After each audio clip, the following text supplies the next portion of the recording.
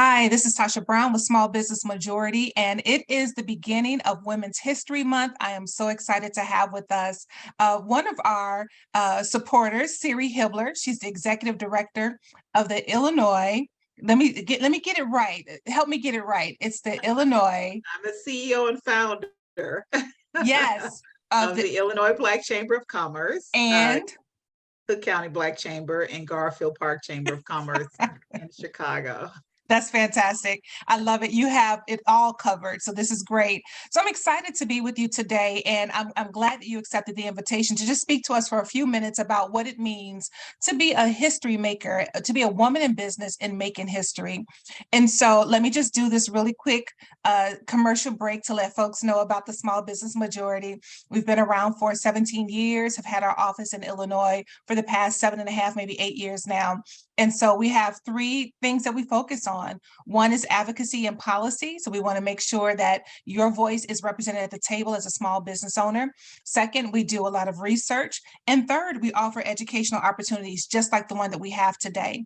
And so I don't want to belabor the time. I want to give Siri the time to talk about what it means to be a woman in history and to be a history maker. So Siri, tell us a little bit about your story and how you began in business, and then what women need to know about being a history maker in business. Well, I left the corporate world. I've been a corporate marketing executive for over 30 plus years.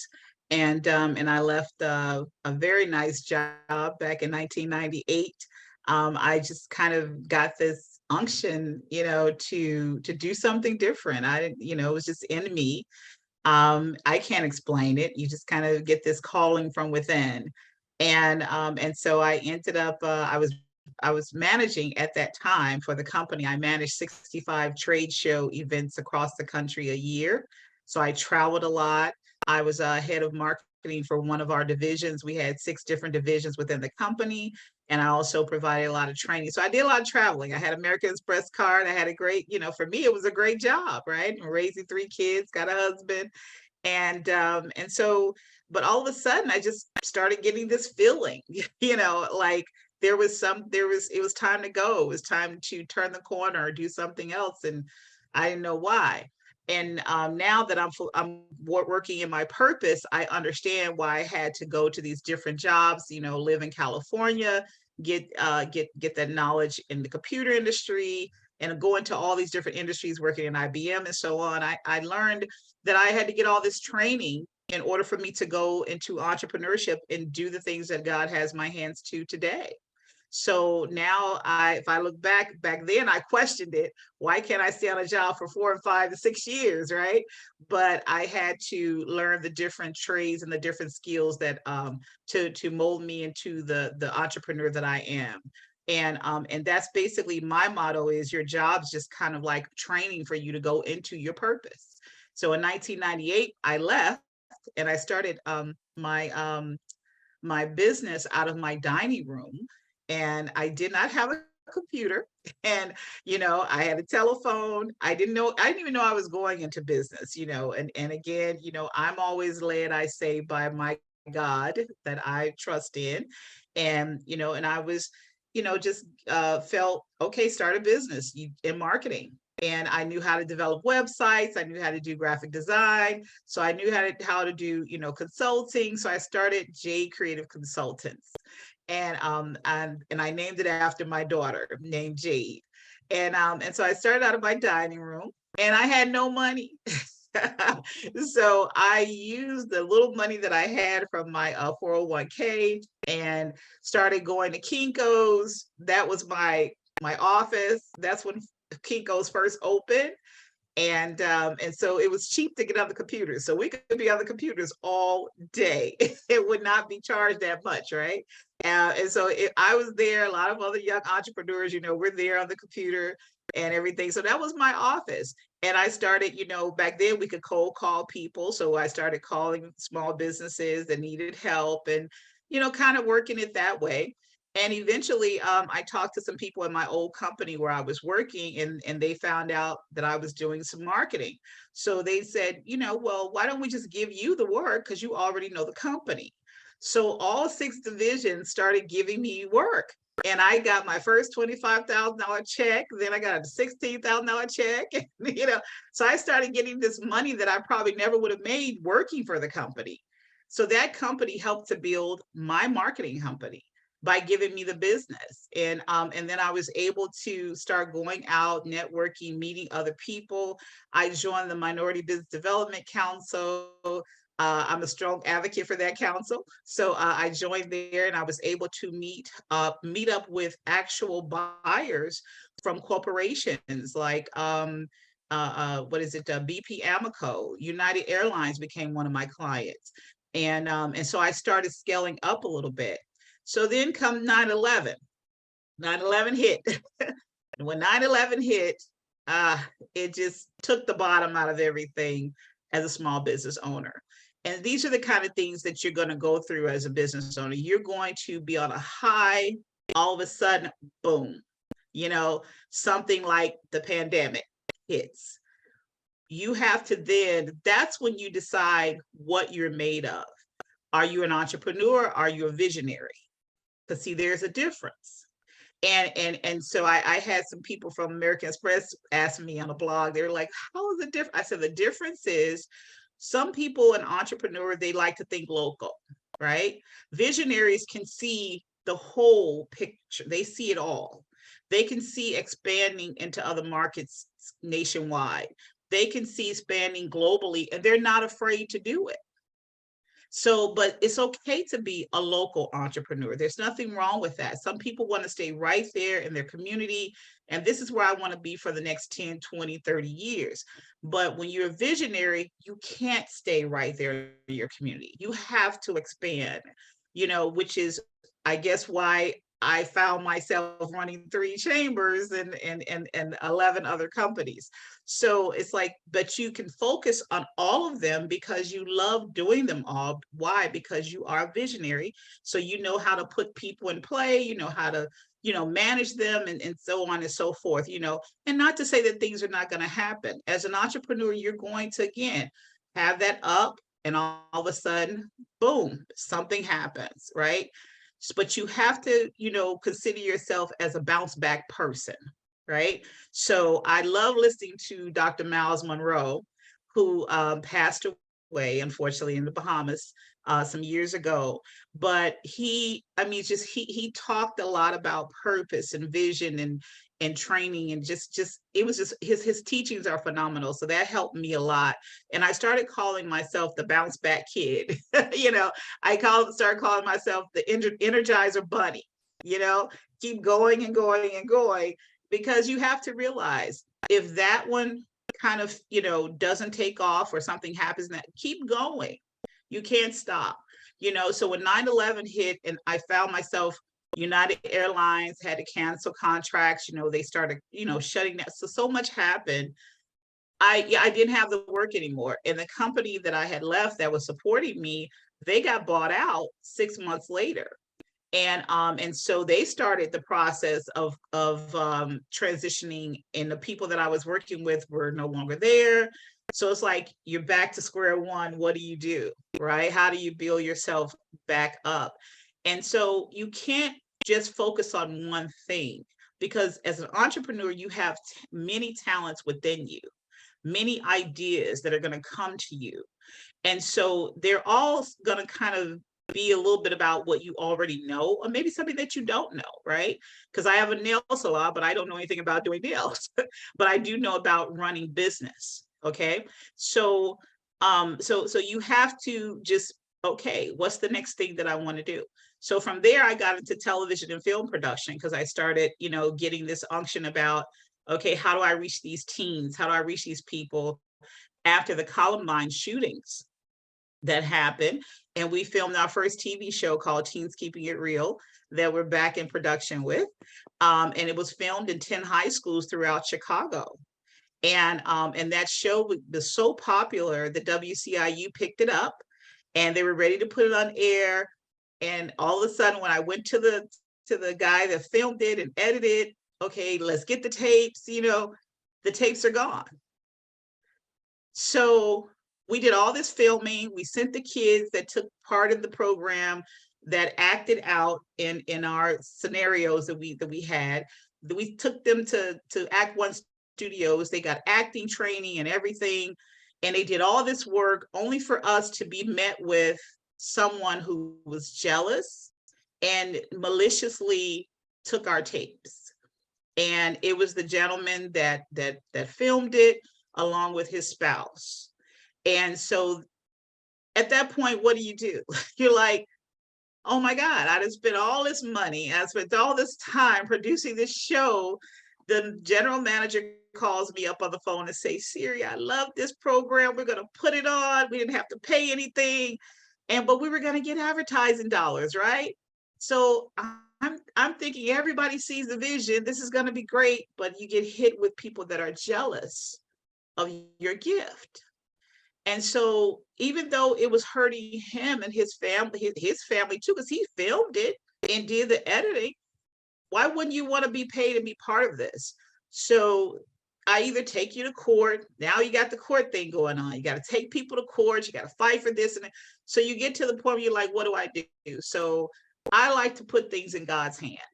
I'm not quick to just take people to court, even though I know I will win. But I put it in God's hand. I say, you know what? This is really upsetting me. It's a setback, but it's not, it doesn't stop me. And so I let it go. I said, because it's all copyright, you can't use it, you can't do anything with it.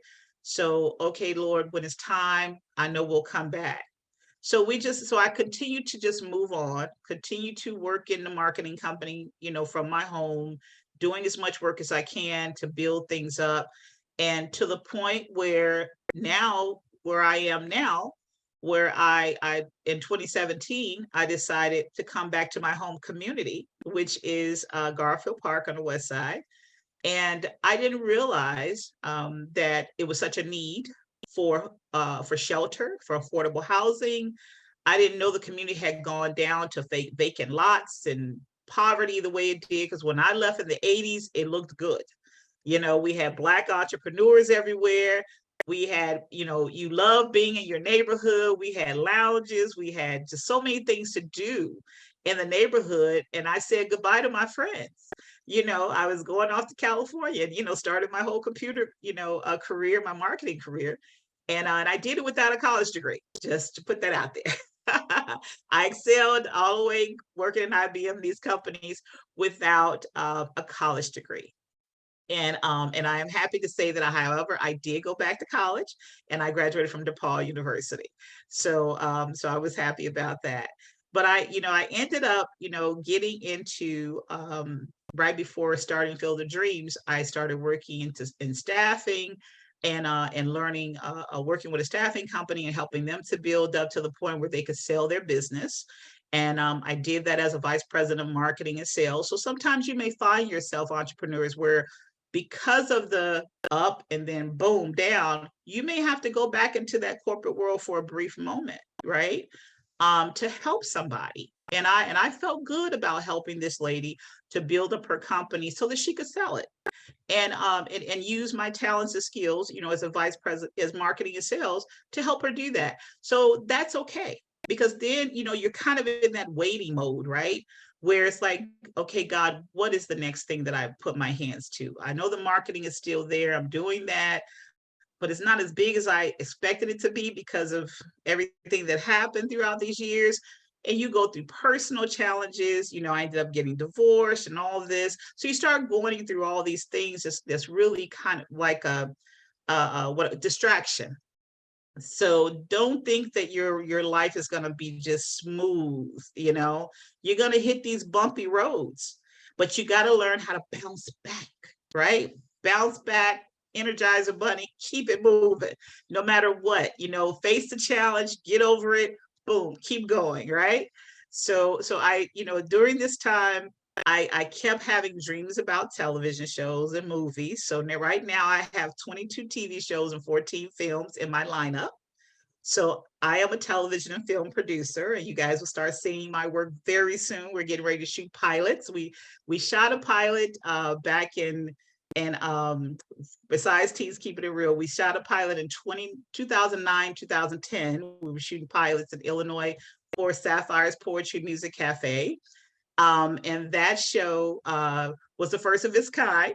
And I'm not going to tell you what happened with that show because somebody kind of stole it, put it on TV, and we had them to take it off. So we had to go through that too. And again, you have these different things that happen to you when you're out here and you're a creator.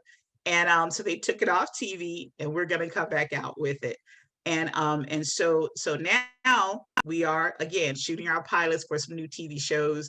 And this year, which is why I'm traveling a lot and trying to get some things done so that I can go ahead and fulfill that part of my dream that God has given me as a creator. And so to fast forward, I went in 2017. I came back to my home community just to visit. My sister was working in the community, and she knew I had just wrapped up filming a TV show. And she's like, I know you need a meeting place. And I said, yeah, I do. And she said, come on over. She kept telling me, come to Garfield Park. We got this space. We got this. I said, okay, I'll stop by. And I couldn't believe what I had seen. I had been in Garfield Park in years. And I was like, wow, where's the building? What's going on? And it was different. It was really different. It was heartbreaking to see it. And so I decided after talking with her boss, they needed some help with getting housing and jobs for their clients from a drug treatment center. And I said, well, I do that, part-time. I work in staffing. I help people with the housing. I got a lot of resources from the West Coast to the East Coast because I've lived in the Upper East Side as well, and New York. And I said, well, okay, I'll help you guys out 2 days a week. So within those 2 days, we placed 100 people in housing. I placed, I guess, me, 100 people in housing. I used my resources, brought over my colleagues from Apple One and all these other staffing agencies that I did business with in staffing. So we started having these job fairs and hiring people and all that, and these organizations had never been on the West Side. Their offices are downtown in a suburb somewhere, but I brought them on the West Side. So it was nice. It was nice. And eventually a office opened up next door. And I decided, okay, it's time to expand. Let me put Field of Dreams here to help my community. So Field of Dreams Visionary Center, that's where we provide curriculum, a job readiness curriculum there for returning citizens and whoever else want to join. We also provide housing for the homeless and low income people. And so we were seeing approximately 400 plus people a month and getting 100 calls a day. And I was like, oh my God, so my assistant, but he handled it, he handled it. And it was nobody working in the office, but just myself and him. And so, I would rise at 8 o'clock and start working with people and don't stop until 6 in the evening, and so that was all through 2017, 2018, and it's still going. People are still kind of blowing up our phones right now using, I think someone put us in 211 or 311. And so we're still doing our best to help people with housing the best that we can. And folks came to me saying, how do you finance this? Well, I use every little pennies of my savings to try to get these things done. It's always about, it's not about the money when it comes to social services, when it comes to the nonprofit world. That's why you call it nonprofit. Now, if you do get to that point where you can get that big budget, you can pay yourself a nice salary or whatever, you're worth it because you work hard, but right now, we do everything the best that we can. So in addition to that, I've got other companies now, I do have my own staffing agency. We are working to place teachers and place a lot of different people in different companies. So we also have my nail salon and spa that I just had to recently move because unfortunately it had some toxic stuff inside of it, in the facility. So we had to move and we're looking for another location for that. And again, those are the kind of things you're going to run into as an entrepreneur. I put a lot of money into that salon. People know I did. It was Caribbean themed. And to find out that it had mold, I was like, I gotta go. I gotta get out of here, So, you can sit there and cry and waddle in it and say, man, I lost money and this and that. Or you could just say, hey, We will do this another time, another place. Don't worry about it. Keep going. That's the thing I want you guys to get out of this story that I'm telling you.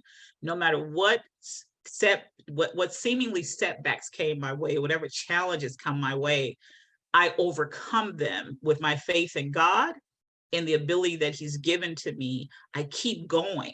People are going to talk about you. People are going to say things about you, especially if you're out here trying to help the community, which is another thing that I do. When you're trying to build economically, right? Folks have, we were able to start a chamber in Garfield Park. I knew that we needed commerce. So it's like, okay, I'm doing the social service, I'm helping the homeless and helping ex-offenders and people like that. But what do we need from an economic standpoint in our community to create jobs for our young people, which is what I had when I was growing up there. I had my jobs in my community. I didn't have to go downtown to get a job. I got a job from Black entrepreneurs right in my community. So the first thing I said, well, we need commerce. So I started working with 17 other people, and we built the chamber. And so we also, I said, okay, well, we got to do a vision. We need a vision for how we're going to change these things, right? So God just kind of had me drive all around Garfield Park, the whole outskirts, the whole in there. And I'm like, okay, so where do we start? So that's when we came up with the vision for Rebirth of Garfield Park with our residents and with our business owners. And it was to build from the east end of Madison in Madison in what is that, California, all the way down to, I think it's Kenton, because Garfield Park is huge, which is where they're putting the $95 million police academy right now. So that's part of Garfield Park, and people didn't think that was, but that is part of Garfield Park. So we did that. The community came on board, and everybody's excited about it. I went around the country pitching and going to opportunity zone events, sitting on panels here in Chicago when they came to Chicago, and just meeting people, because it's all about getting it out there, getting it out there, meeting people, everything, and just showing people what you have. And it's up to them to decide if they like it or not. So me being a salesperson in marketing, that's my expertise. That's just what I can do. And everybody can't do what I can do, and I can't do what other folks do, right? So I stay in my lane. And so I was blessed by God to meet some people in 2019 that we pitched to that loved the project, and they came on board with 25 million. We'll give you 25 million to start the project. So I was excited about that. I was at that time, it was around Christmas time. I was in Michigan. My husband and I visit Michigan quite often to just kind of take a break. And so we were there, and I was like, oh, this is great. This is great. So about a couple of weeks later, they contacted me and said, we love this particular idea you have about the project, and we love that. So our trust fund investors, because these are trust fund investors, they're going to put in 100 million into the project. The project is 500 million to do from that east end to the west end. So they were like, we're gonna put 100 million in. And so we said, whoa, wait a minute, this is crazy, this is great. They said, but it's impactful, and we feel like we can pick this up and put it in other communities as well. So these are people that, when you look for certain investors for this kind of project, we needed those that were more philanthropic than just, about profit. And for them, it wasn't a total profit, that wasn't their whole thing. And one of them even had a personal attachment to it because his dad was a veteran, and we have a veteran piece to our development. So we got that 100 million. As far, we signed the contracts, we got our lawyers on, they got their, so everything was a done deal. The media, I talked to the guy at Cranes, and he put it out in the media, and he verified everything. He said, Siri, because for some reason people don't want to believe what you're saying, about helping the community. And I said, well, that's just how people are going to be. You can't focus on the negative people. You have to focus on the positive. So always remember that as an entrepreneur, you're going to have dream killers. Okay. There are dream killers out there. Do not pay attention to the dream killers, because as a visionary, your vision is not what other people can see, right? And it doesn't mean that God didn't give it to you and it's not going to happen. but people can't see how it's going to happen with their common sense, so to speak. As a visionary, there's no just doing things a regular way. You're going to do things outside of the box, which is what we talk about a lot in the marketing world. We talk about being creative and thinking outside the box. You're not going to be thinking like this. So be careful of the dream killers. So those folks that wanted to talk to the media about us having fictitious money and this is not really real and all this kind of stuff, they're dream killers. And the reason why they're dream killers is because they're not visionaries. Their whole life will be sitting right there doing what they do for the rest of their life, okay? Because they can't see past the gate. And so you don't focus on those people. You focus on the dream that God put inside of you. You keep that dream in you. You don't let anybody destroy that dream, even if it's a dream of just owning a home. You know, some people think that they may look at it and say, oh, you don't have money to get a home. You have to trust your dream. You have to keep walking by faith, talking faith, encouraging yourself. I encourage myself. So I don't need a bunch of friends around me to encourage me. I get in the mirror and I say my affirmations. I read my Bible. I pray my scriptures. Everything I do is between me and God. And that's who my best friend is, you know, me and God, because even sometimes your family can mean well, but they don't get it. And it's not that they don't love you, they just can't see what you see. And it's okay because God didn't put that in them, He put it in you.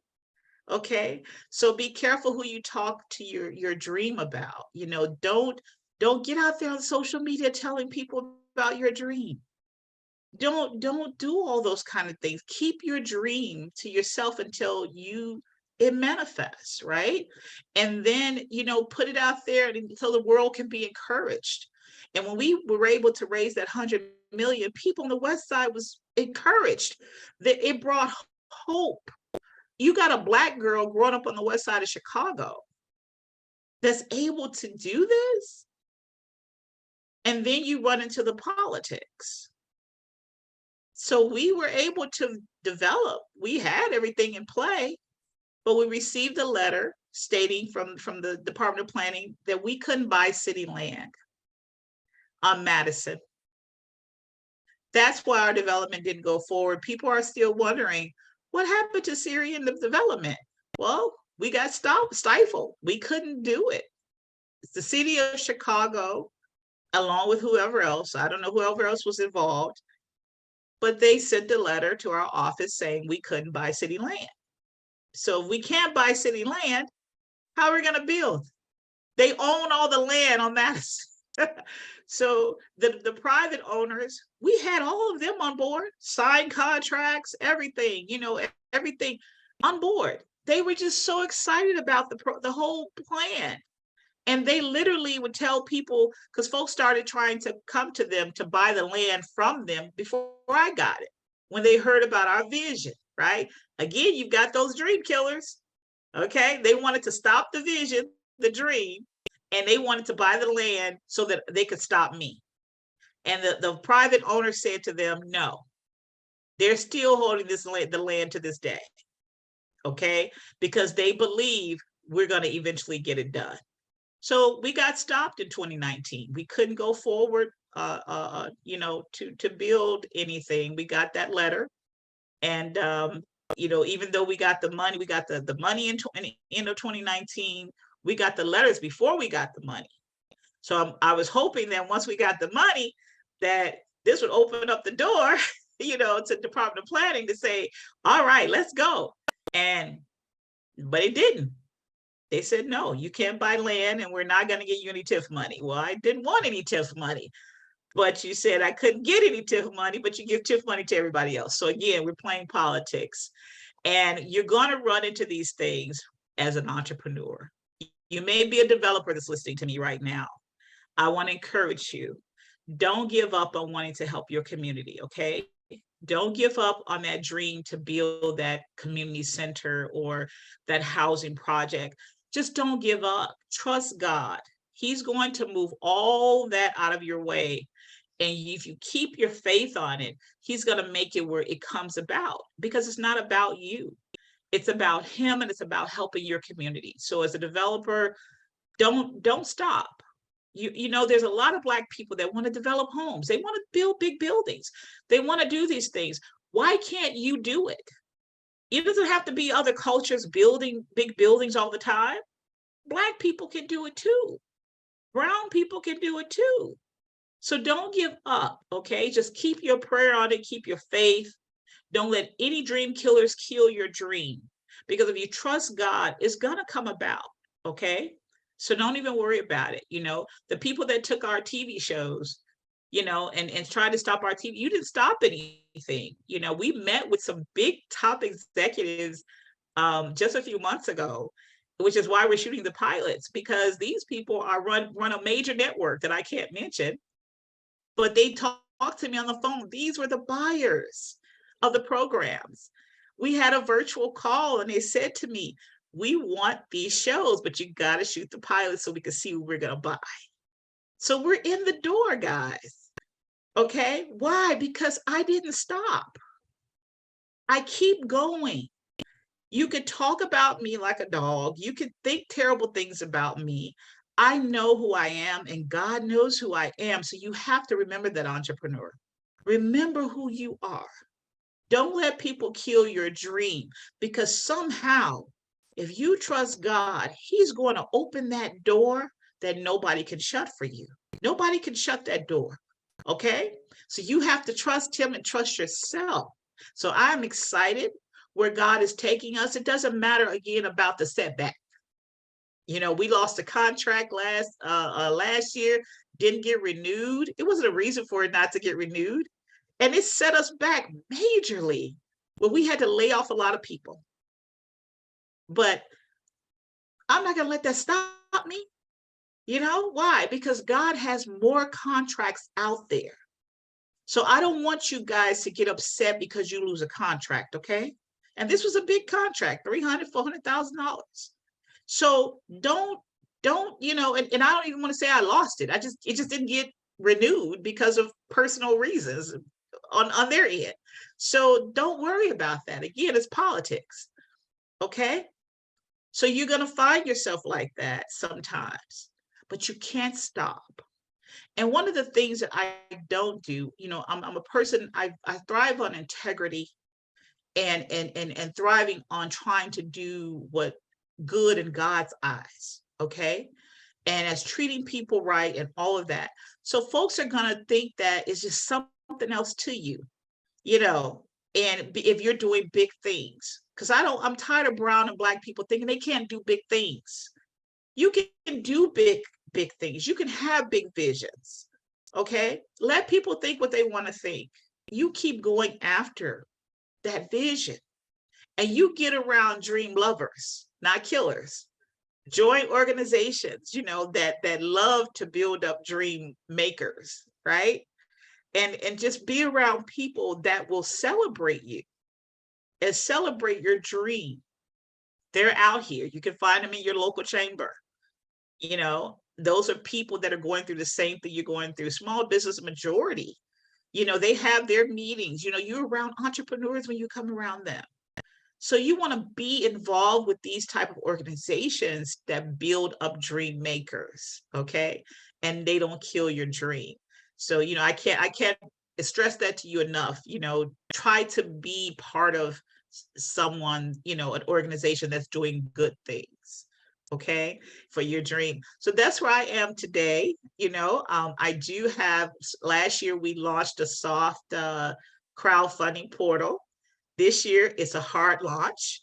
My goal, I wrote a paper while I was in Nepal about the wealth gap. I wanted to know why there was such a big wealth gap between Black and white in America. We are a wonderful, creative people. We spend a lot of money, right? But there's still this gap.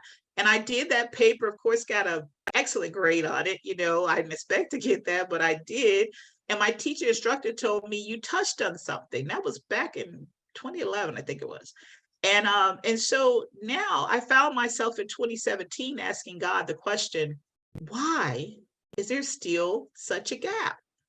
And one of the things doing my research that I found out is ownership. That's the bottom line. You don't own enough land. If you are a biblical person, when you read the Old Testament to the New, every time God gave his people something, he gave them what? Land. He didn't go get them an apartment to rent. Okay. So you want to be an owner of a business. You want to be an owner of land, something that you can leave generational wealth for. Okay. And so I decided then when I did my research, I found out about crowdfunding. And I said, wow, wouldn't it be nice to put a crowdfunding together where Black people could put their money in and help each other? Because it's tough sometimes. It's tough a lot of times going to the bank. We just looked at differently. I don't know why. I don't know if it's ever going to change until we own more banks. Because right now we don't own enough banks. We got like 20, maybe 20 banks nationwide. And most of those banks can't help you if you're not in their locations. So we need more Black banks. We used to have 140 some banks, but now we don't have that, nor credit unions. So it's tough when we walk into a regular bank and say, hey, I want you to give me $100,000 loan. They're looking at you like, for what? you know, how great is your credit? Is it 750 credit score? And if you don't have a 700, 750 credit score, forget about it, right? So, but we do have some local banks. We've got, doing shout outs here like Seaway Bank. They'll help you with a 580 credit score, get a mortgage and stuff like that. So you still have that self-help credit union. I'm sorry, self-help credit union. They'll help you here locally to get, a loan and things like that. So you have different resources. You've got Illinois Advantage and stuff, they'll help you through the banks that they work with. But however, it's still challenging for us. So the crowdfunding portal that's going to be officially launched in April, it is created specifically for building generational wealth for the African diaspora across the world. And so you'll be able to put your real estate projects up there, like the one I talked about that we raise money for. You'll be able to put up your small business idea or the business that you currently have that you need funding for. You'll be able to put those on the portal on Siriosity.com. That's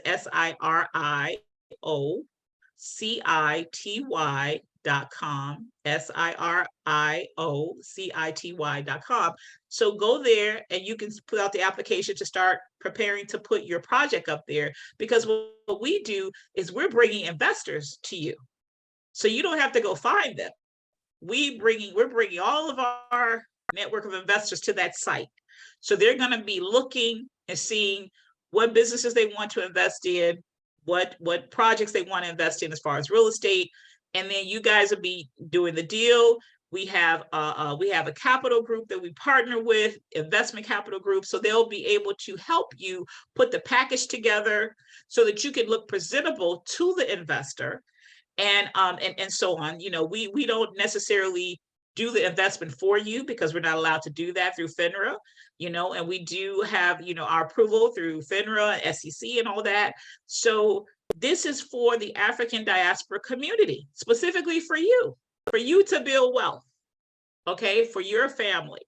And so we're looking forward to helping you with that. This is the first and only equity crowdfunding platform that allows you to do that. And you can invest with as little as $100 as an investor. So when there's a property that goes up there that we're going to be putting up there personally through our organization, it'll be a rental property. You can buy into that property as an investor and start receiving dividends and start putting money in your bank account. And we can't sell that property without your signature. You'll be on the deed. So that's going to help you to build your credit, because you'll now be what? A landowner, a property owner. You see how that works? Technology has opened up the door for us to not be in poverty anymore. We don't have to do this. We can work together and we can bootstrap our way up. People tell us, pick yourself up by your bootstraps. Well, technology has provided us with an opportunity to do that. We just have to decide to put our money where it's going to make more sense and it's going to build generational wealth. So that's where I am now, which is why I'm traveling over to Brazil. We've got partners now that's helping us with this crowdfunding portal from Brazil, from Guyana and Jamaica. We're increasing, in other places, even Europe. So, so this is this is a game changer. And it's time to get our communities and our people out of poverty and give them an opportunity. The poor will be with you always, as God says, because some people they're going to just remain that way. But it doesn't have to be the masses. Okay. And so, we hope that when this portal launches and we put the marketing out there, that you put it out there to your family, to people, and everyone get on board. And this is a way to increase your entrepreneurship and increase your generational wealth. So that's kind of where I am right now. And I'll, cut it from there. That was fantastic. Tell us how we can reach you. We know about Siriosity.com, so that's really great. And you said that launches in April. How else can someone either follow you or reach out to you? I don't even know if you have more than 24 hours in a day. You do so much. So I'm sure that it's going to be hard for someone to kind of, get with you. But what would you recommend in terms of staying in contact with you, the chambers, or anything? Well, it's best to reach out to me on my LinkedIn. So you can find me. I'm on LinkedIn. I think you'll see me. Just type in Siri Hibbler. You'll see all my LinkedIn pages, but you can follow me there. I'm also on Facebook. You can follow me there, message me, which is, it's easy to do that. I would say call our office, but everybody's remote. And so we're, so we're like, checking messages, and sometimes it'll be a day before they get checked. So it's best to kind of reach out to me via the social media pages. That's that would be fantastic. great. Yeah. That's great. Well, listen, I want to thank you so much. There were so many gems that you dropped. There were a couple that I grabbed. We don't even have enough time to go through them, but I hope that those who are listening will write down their own gems that they grabbed from the conversation, especially those who are entertaining a side hustle. They're thinking about, should I leave my job or not? What you said, jobs are training. So you training for you to go into your purpose. And so I think that's a great way of recontextualizing the importance of why you might have a job right now. You also mentioned just about the skills that a person learns. So anyway, I can't even begin to share with you all the little gems that I picked up, but I'm hoping that those who watch this would really hear the wisdom that you shared in this experience. And so Siri, thank you so much, especially with you traveling. Thank you for making time to share with us a few things about how we all can become, history makers. You are a history maker. And I love the fact that two things that I'm also walking away with: you dream / vision, and you keep going. And so with nothing else, those two are the things that I'm going to walk away with, to continue dreaming and having a vision and to bounce back. So thanks again. And I look forward to connecting with you again. Thank you. Thank you very much, Tasha. Thank you to you guys. Okay. You guys take All right. care. You too. All right. Bye-bye.